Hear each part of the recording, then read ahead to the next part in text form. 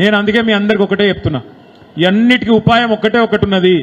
మనం ఎక్కతక్క తిట్టే అక్కర్లేదు, కొట్టే అక్కర్లేదు, బూతులు మాట్లాడే అక్కర్లేదు, రేవంత్ రెడ్డి లెక్క పేగులు మెడలేసుకొని తిరిగే అవసరం అంతకంటే లేదు.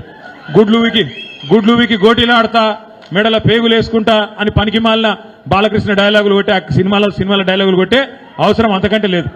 ఒకటే ఒక్క మాట, మనం చేయవలసిన పని ఒక్కటే ఒక్కటి.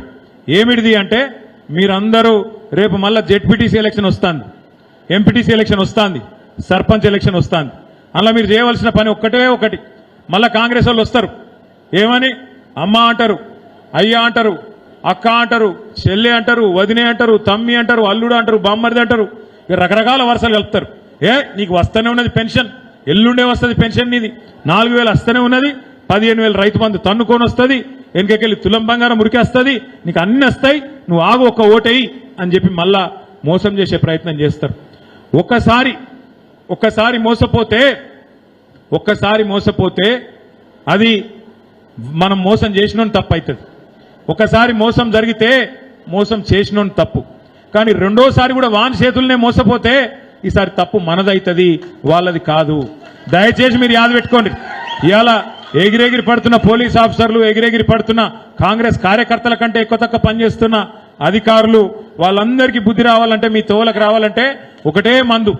మీరు మళ్ళా రేపు మొగుళ్లపల్లి మండలం జెడ్పీటీసీ, ఎంపీటీసీ, సర్పంచ్ గుద్ది గెలిపిండ్రి, ఎట్లా మళ్ళా మీ చుట్టూ తిరగరు నేను చూస్తా. మీ చుట్టే తిరుగుతుంది రాజకీయం అంతా. మళ్ళా ప్రజాస్వామ్యంలా ప్రజల శక్తికి మించిన శక్తి లేదు. ఇలా బీసీలకు చేసిన ద్రోహానికి మా బీసీ సోదరులు మరలబడాలి, కొట్లాడాలి, ప్రభుత్వానికి వ్యతిరేకంగా తీర్పు ఇయ్యాలి. మా రైతులకు చేసిన మోసానికి రైతు బిడ్డలు మనందరం మరలబడాలి, తప్పకుండా కాంగ్రెస్ వాళ్ళని గల్లబట్టి అడగాలి. ఆడబిడ్డలకు చేసిన మోసానికి ఆడబిడ్డలు బదులా తీర్చుకోవాలి, కర్రు కాల్చి వాత పెట్టాలి. 2 లక్షల ఉద్యోగాలని చెప్పి పిల్లలకు చేసిన మోసానికి పిల్లలు కూడా ఖచ్చితంగా ఓటు హక్కున్న ప్రతి తమ్ముడు, ప్రతి చెల్లె మీరు కూడా బదులా తీర్చుకోవాలి. ఇక ముసలోళ్ళు అయితే 4000 పెన్షన్ అని చెప్పి మోసపోయిన మా అవ్వ కనబడుతుంది అక్కడ. ఆ అవ్వను అడుగుతున్నా, నిన్ను ఒక నీలం రంగు చీర అవ్వ, నువ్వే ఏం పేరు, అమ్మ పేరు అడుగు, ఏం పేరు? మల్లమ్మ. నీ ఓటు అడిగేందుకు వచ్చింది అనుకో కాంగ్రెస్ వాడు, ఇంట్లో కట్టే ఉంటుంది కదా, దొడ్డు కట్టే పట్టుకొని ఉరికి ఒక్కటి వెనుక మర్రేసి చంపు. అర్థమైందా? నిజంగా కొట్టే ఆయన కేసు పెడతాడు వాడు. కొట్టినంత పని చేసి చల్ పోయిడికి వెళ్ళని చెప్పి వెళ్ళగొట్టు. నేనేమంటున్నా అంటే, మోసాన్ని మోసంతోనే జయించాలి, ముళ్ళుతోనే తీయాలి. కాంగ్రెస్ వానికి ఓటుతోని వాని అధికారంలోకి తెచ్చింది మీరే, రేపు మళ్ళా ఓటుతోని అధికారంలోకి వెళ్ళి దించాల్సింది కూడా మీరే. తప్పకుండా నాకైతే నమ్మకం ఉంది.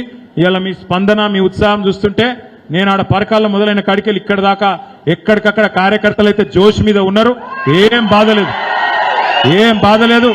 వాడొకడు వీడో మాట్లాడుతూనే ఉంటాడు. మనం ఏం కాదు, ఎవడోడో మాట్లాడతాడు. బీఆర్ఎస్ పోయి బీజేపీలో కలుతుందట అని ఒకడు అంటాడు, ఇంకోటి ఇంకేదో అంటాడు. ఎక్కడ పోదు బీఆర్ఎస్, కేసీఆర్ ఇంకొక 50-100 ఏళ్లు మీకు సేవ చేసుకుంటూ మీతోనే ఉంటది. తెలంగాణ ఉన్నంత కాలం బీఆర్ఎస్ పార్టీ ఉంటది. ఎవ్వంతో కలిసే కర్మ మనకు లేదు.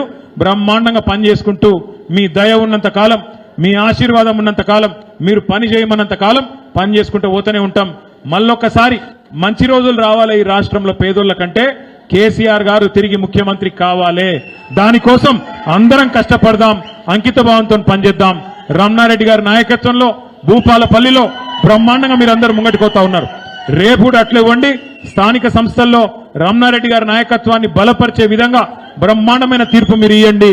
తప్పకుండా రేపటి రోజున మళ్ళీ ఒక్కసారి కేసీఆర్ ముఖ్యమంత్రి అయిన తర్వాత మళ్ళా మనకు మంచి రోజులు వస్తాయని చెప్పి మీకు విన్నవించుకుంటూ, ఈ రోజు నన్ను ఇసుపేట గ్రామానికి ఆహ్వానించిన మీ అందరికీ కూడా పేరున మళ్ళీ ఒక్కసారి ధన్యవాదాలు తెలియజేస్తూ, జై తెలంగాణ, జై తెలంగాణ. Thank you Ramanna. మీ అందరికీ ఫోటోలకు వచ్చి ఒక 10